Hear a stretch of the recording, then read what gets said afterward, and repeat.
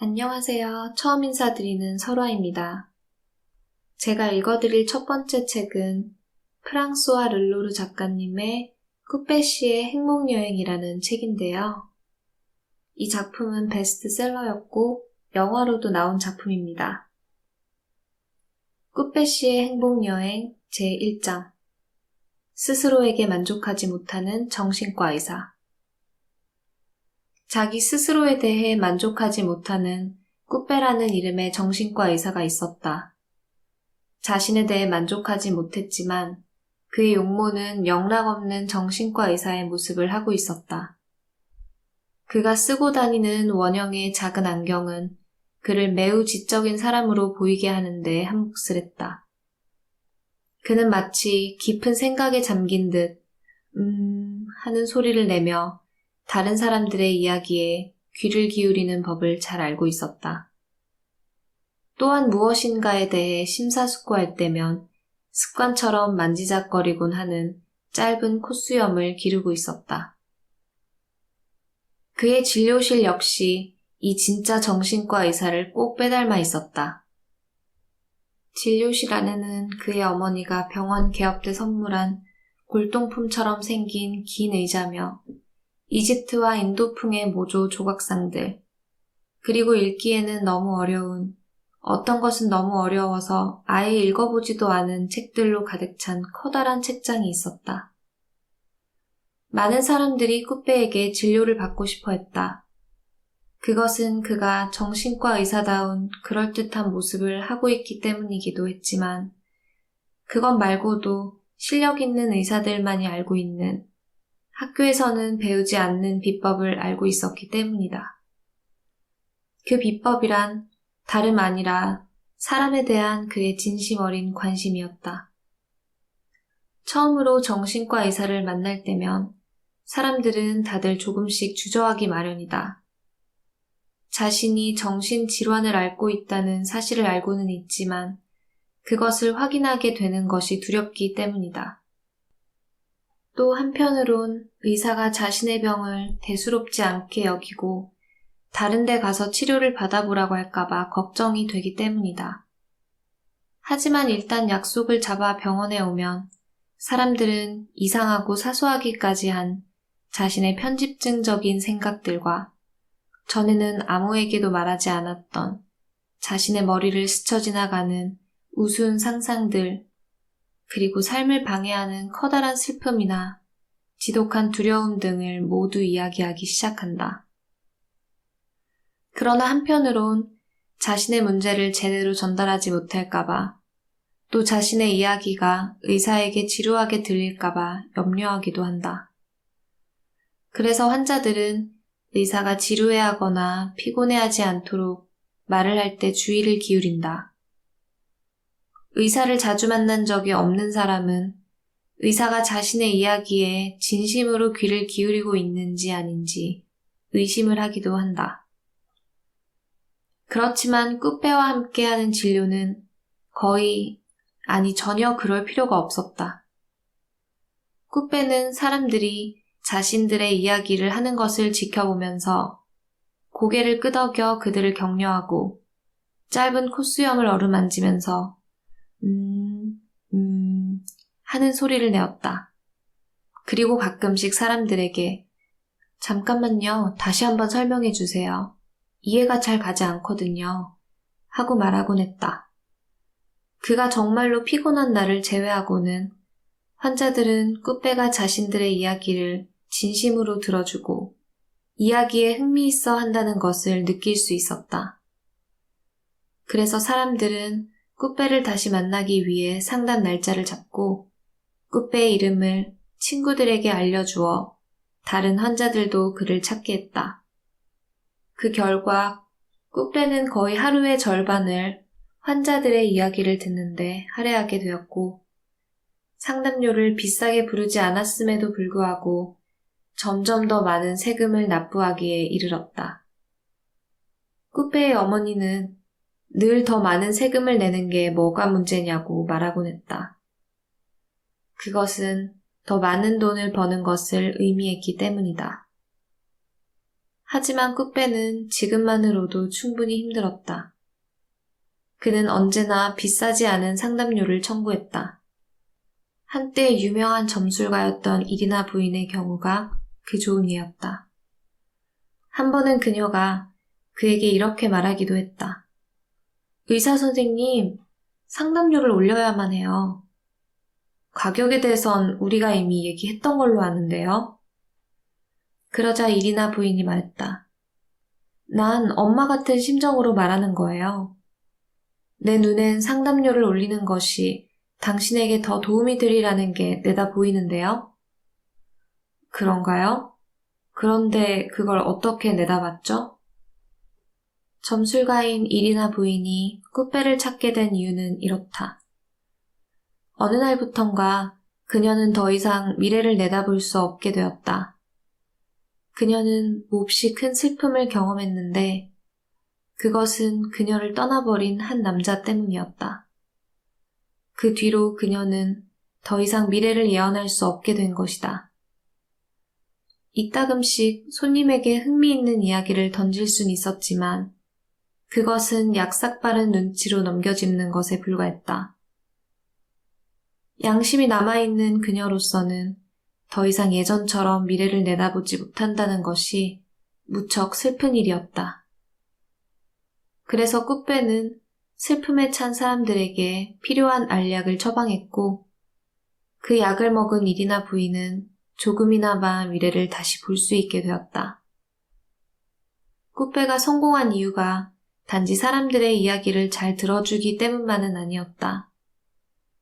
그는 정신과 의사로서 성공할 수 있는 비결이 무엇인지를 잘 알고 있었으며 무엇보다 상대방의 질문에 대해 다시 질문을 던지는 식으로 대답하는 법을 알고 있었다. 예를 들어 어떤 사람이 당신은 내가 나 자신으로부터 벗어날 수 있다고 생각하세요? 하고 물으면 꾸빼는 이렇게 되묻곤 했다. 자신으로부터 벗어난다는 것은 어떤 의미죠? 이런 뜻밖의 질문은 사람들이 자신의 문제에 대해 다시금 깊이 생각하게 만들었고 그럼으로써 그는 사람들이 그 문제로부터 벗어날 수 있는 방법을 찾는 데에 도움을 줄 수가 있었다. 나아가 꾸빼는 약에 대해서도 충분한 지식을 갖고 있었다. 정신과 의사에게 그것은 그다지 어려운 일이 아니었다. 정신질환에 관한 처방전은 크게 4가지 종류밖에 없기 때문이었다. 너무 슬플 때 먹는 우울증 치료제, 두려움에 시달릴 때 먹는 불안 억제제, 지나치게 이상한 상상들을 하게 되거나 환청을 들을 때 먹는 신경 안정제, 그리고 마음이 너무 심하게 들뜨거나 가라앉을 때 먹는 신경 조절제 등이 그것이었다. 그러나 실제로는 그것보다 약간 더 복잡할 수도 있었다. 왜냐하면 약마다 각각 10개 정도의 우스운 이름이 붙은 상표가 있었고 정신과 의사들은 경우에 맞게 그 중에서 가장 적합한 약을 처방해야만 하기 때문이다. 약은 디저트와 약간 닮은 데가 있어서 모든 사람들이 한 가지 디저트만을 선호하지는 않았다. 약 처방이 더 이상 효과를 나타내지 않을 때 또는 증상이 간단해서 약 복용이 필요하지 않은 사람들인 경우 꾸빼는 그들을 도와줄 수 있는 또 다른 방법을 갖고 있었다. 그것은 바로 심리요법이었다. 이름은 거창하게 들리지만 심리요법이란 간단히 말해 환자들의 이야기를 듣고 그것에 대해 대화를 나누면서 환자들을 돕는 방법이었다. 여기서 주의해야 할 점이 있다면 평소에 대화하는 것과 심리요법은 같지 않다는 것. 다시 말해 특별한 방법으로 대화를 해야 한다는 것이었다. 약의 종류가 다양한 것처럼 심리요법에도 여러 종류가 있었다. 그중 어떤 것은 이미 오래전에 세상을 떠난 사람들이 발명해낸 것들이었다. 꾸빼는 아직 살아있는 사람들이 발명한 심리요법을 주로 배웠는데 그래도 그들은 꾸빼에 비하면 꽤 나이를 먹은 사람들이었다. 이것은 정신과 의사가 환자와 토론을 하는 독특한 방법이었다. 사람들은 이 방법을 좋아했다. 그 이유는 세상에는 환자에게 거의 이야기를 하지 않는 의사들이 너무도 많고 환자들은 그것이 별로 마음에 들지 않기 때문이다. 꾸빼는 일이나 부인의 상담 시간에는 가능하면 심리요법을 많이 사용하지 않았다. 그녀에게 질문을 던지려고 하는 찰나에 그녀가 앞질러 이렇게 말하곤 했기 때문이다. 의사 선생님, 난 당신이 내게 무슨 질문을 할지 이미 다 알고 있어요. 더욱 당황스러운 것은 그녀가 예상한 질문이 늘 그런 건 아니지만 꽤 자주 들어맞다는 것이었다. 직업적인 기술과 약, 심리요법, 사람들을 향한 진정한 관심이라는 그만의 비결은 꾸빼를 능력 있는 정신과 의사로 만들기에 충분했다. 그리하여 능력 있는 정신과 의사나 얻을 수 있는 성공적인 결과들이 그에게 매번 돌아왔다. 완전히 치료된 환자들이 있는가 하면 어떤 환자들은 매일 약을 복용하는 것만으로도 좋은 건강 상태를 유지하면서 그와 이야기를 나누기 위해 종종 병원을 찾아왔다. 더 심한 환자들의 경우 꾸빼는 그들이 자신의 병을 견뎌내고 병이 더 악화되지 않도록 도와줄 수 있었다. 그럼에도 불구하고 꾸빼는 자신에 대해 만족을 느끼지 못했다. 무엇보다 그는 행복하지가 않았는데 그 이유는 자신이 사람들을 진정한 행복에 이르게 할 수는 없다는 것을 깨닫고 있었기 때문이다. 제2장 불행하지도 않으면서 불행한 사람들. 꾸빼의 진료실은 아름다운 현대식 건물들로 넘쳐나는 대도시 중심가에 위치해 있었다. 그 도시는 세상의 다른 많은 도시들과는 달랐다. 그곳에 살고 있는 사람들은 배고플 때 음식을 먹었고 병에 걸려 몸이 아프게 되면 큰 돈을 들이지 않고도 치료를 받을 수 있었다. 아이들은 학교에 다녔으며 거의 모든 사람들이 일자리를 갖고 있었다.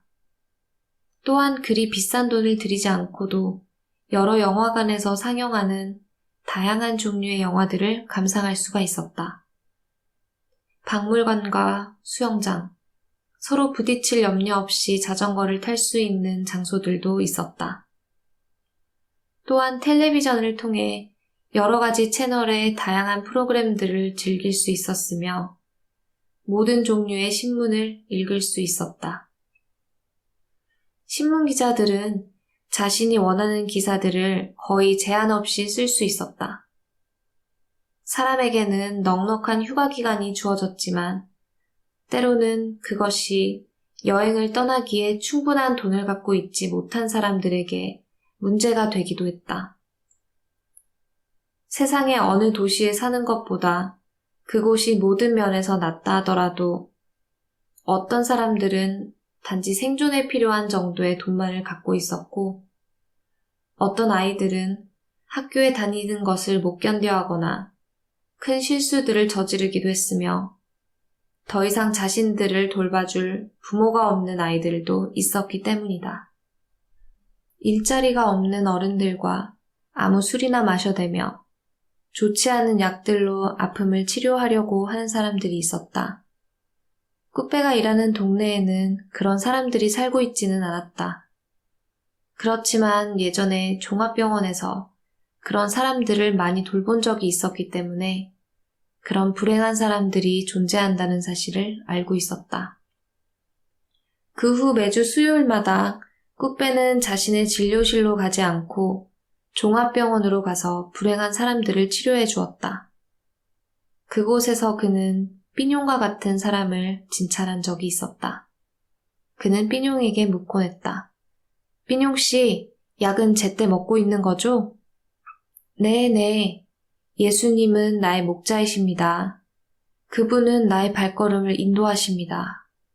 꾸빼가 다시 물었다. 물론이죠. 그런데 약은 잘 복용하고 있는 건가요? 네. 주님은 나의 목자이십니다. 그분은 나의 발걸음을 인도하십니다. 삐뇽은 하느님이 자신에게 끊임없이 말하고 있으며 하느님은 인간과 똑같은 목소리를 갖고 있고 높은 곳에서 사람들에게 대답한다고 믿고 있었다. 그럴 수도 있다고 사람들은 말할지 모른다. 그런데 문제는 삐뇽이 약을 복용하지 않는 날이면 혼자 길거리에서 큰 소리로 중얼거린다는 데 있었다. 게다가 술이라도 한 잔 들이킨 후엔 목소리가 더 커졌고 친절하지 않은 사람들은 그런 그를 조롱하기까지 했다. 그의 체격이 아직 건장했을 때는 그런 일들이 좋지 않은 결과를 가져왔다. 그때마다 삐뇽은 오랫동안 정신병원에 갇혀 있어야만 했다. 그 밖에도 삐뇽은 다른 많은 문제들을 갖고 있었다. 태어나서 한 번도 아버지나 어머니가 그를 곁에서 돌봐준 적이 없었고 학교도 제대로 다니지 못했으며 하느님과의 대화를 시작한 이후에는 아무도 일자리를 주려고 하지 않았다. 그래서 꾸빼는 삐뇽을 위해 사회복지사인 여성과 함께 산더미 같은 서류들을 채워나가야만 했다. 삐뇽이 아무도 살고 싶어 하지 않는 동네에 있는 자신의 작은 집을 지킬 수 있도록 하기 위함이었다. 대도시 중심에 위치한 꾸빼의 진료실은 일반 병원과는 사뭇 달랐다. 그를 만나러 오는 신사숙녀들은 비교적 좋은 성적으로 학교를 졸업했고 부모의 보살핌 아래 성장했으며 직장도 갖고 있었다. 그리고 그런 것들을 잃는다 하더라도 그들은 잃은 것들을 메울 다른 것들을 금방 찾을 수 있었다. 잘 차려입은 옷에 정확한 문법으로 자신들의 이야기를 할 수 있었으며 그 중에 어떤 여성들은 상당한 미모를 갖고 있었다. 그럼에도 불구하고 그들은 진짜로 마음이 병들었거나 매우 불행한 삶을 살고 있었다. 꾸빼는 심리요법과 약물 치료를 병행해 그들을 치료하곤 했다. 그러나 어찌 보면 많은 사람들이 진짜로 병을 갖고 있는 것은 아니었다. 또한 그런 병은 꾸빼가 학교에서 치료법을 배운 병들도 아니었다. 그들은 자녀에게 다정하지 않은 부모를 만난 것도 아니었으며 자신이 진심으로 사랑하는 어떤 사람을 잃은 적도 없는, 한마디로 진짜 불행한 삶을 산 적이 없는 사람들이었다. 하지만 그렇다고 또 행복하지도 않았다. 한 예로 젊고 아주 매력적인 여자 까뜨린느가 자주 정신과 상담을 받으러 꾸빼를 찾아왔다. 꾸빼가 물었다. 어떻게 지내세요? 그녀가 말했다. 당신은 내가 어느 날 갑자기 아주 좋아요 하고 대답하기를 바라시죠? 왜 내가 그렇게 바란다고 생각하죠? 당신은 내가 하는 이야기들을 지겹다고 생각하니까요. 아닌가요? 꾸빼가 내심 그녀를 좋아하는 것은 사실이었지만 그녀의 말이 아주 틀린 것은 아니었다.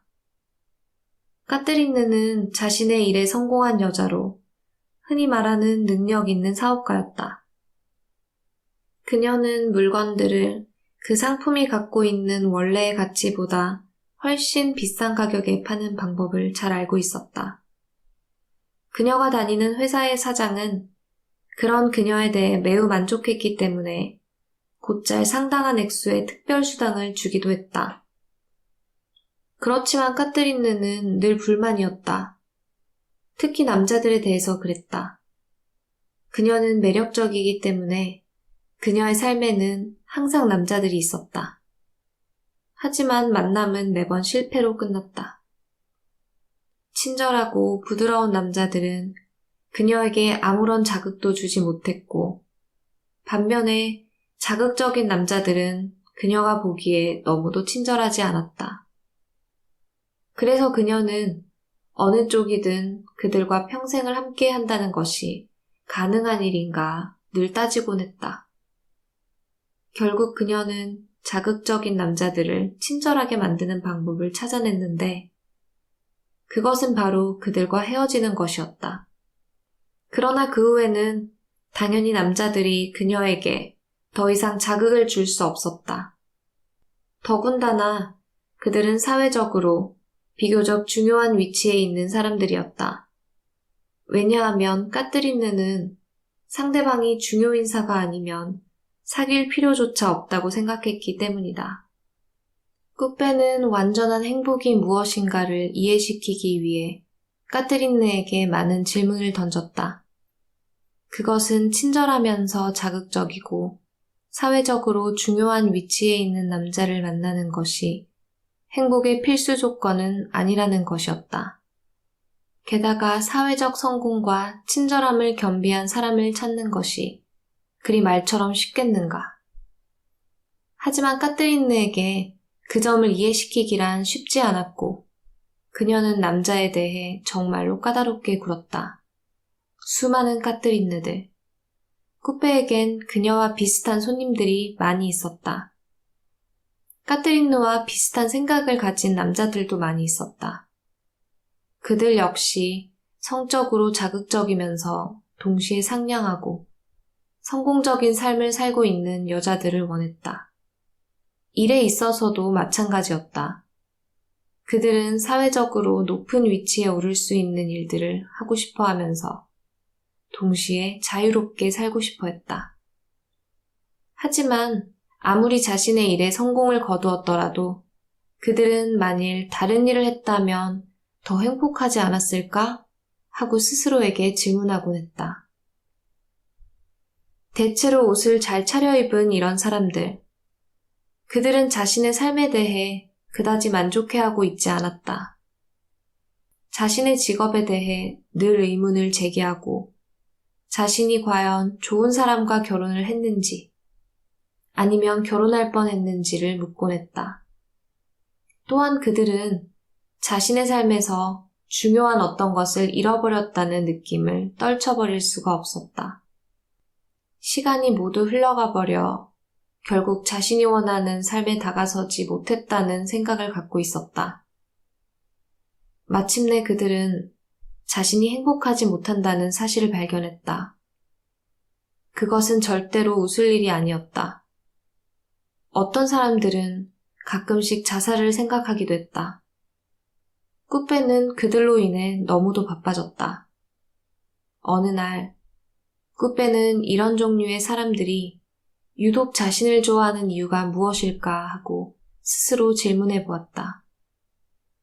그의 말하는 방식을 사람들이 특별히 마음에 들어하는 것인지도 모르는 일이었다.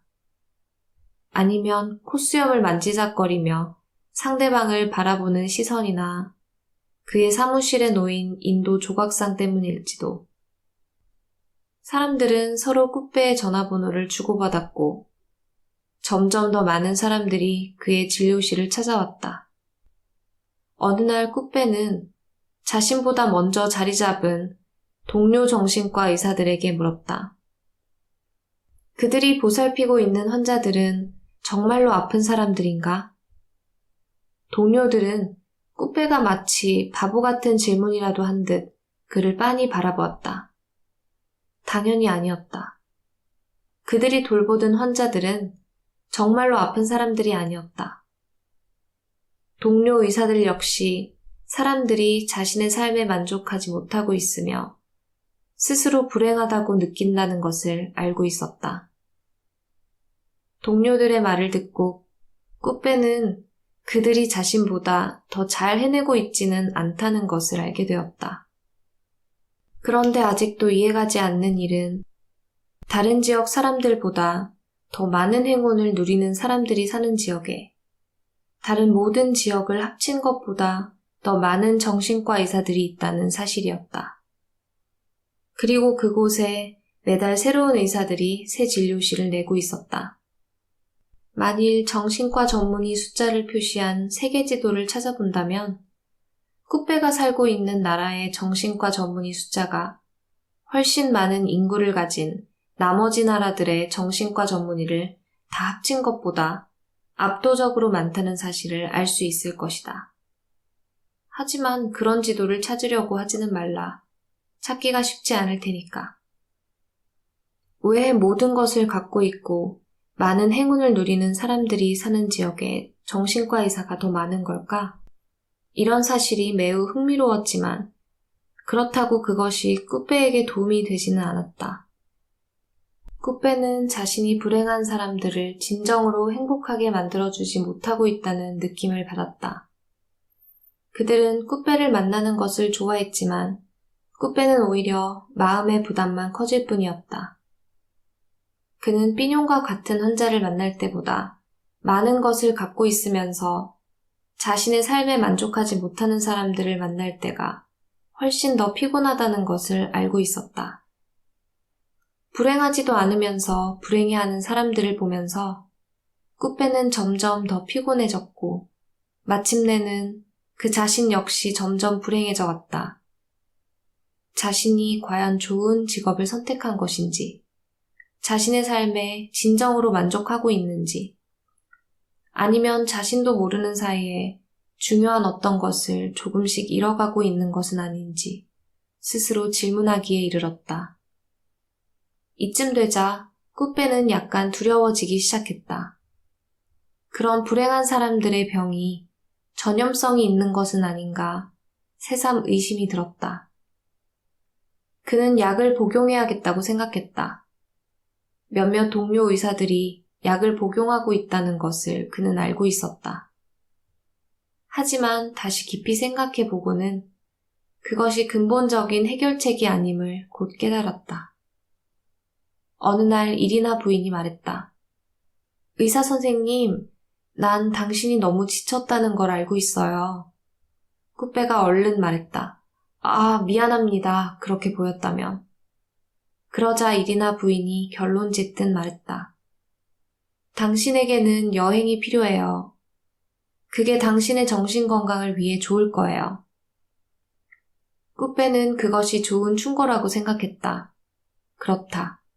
정말로 여행을 떠난다면? 타고난 의사인 꾸빼는 자신을 가장 뛰어난 정신과 의사로 만들어줄 특별한 여행을 계획했다. 마치 방학 숙제를 한 학생처럼 그는 계획을 세웠다. 이제 꾸빼는 여러 나라를 여행할 것이고 세상 모든 곳에서 무엇이 사람들을 행복하게 하고 무엇이 불행하게 하는가를 발견하고자 할 것이다. 만일 행복의 비밀이 있다면 반드시 그것을 찾아내고야 말겠다고 꾸빼는 스스로에게 다짐했다.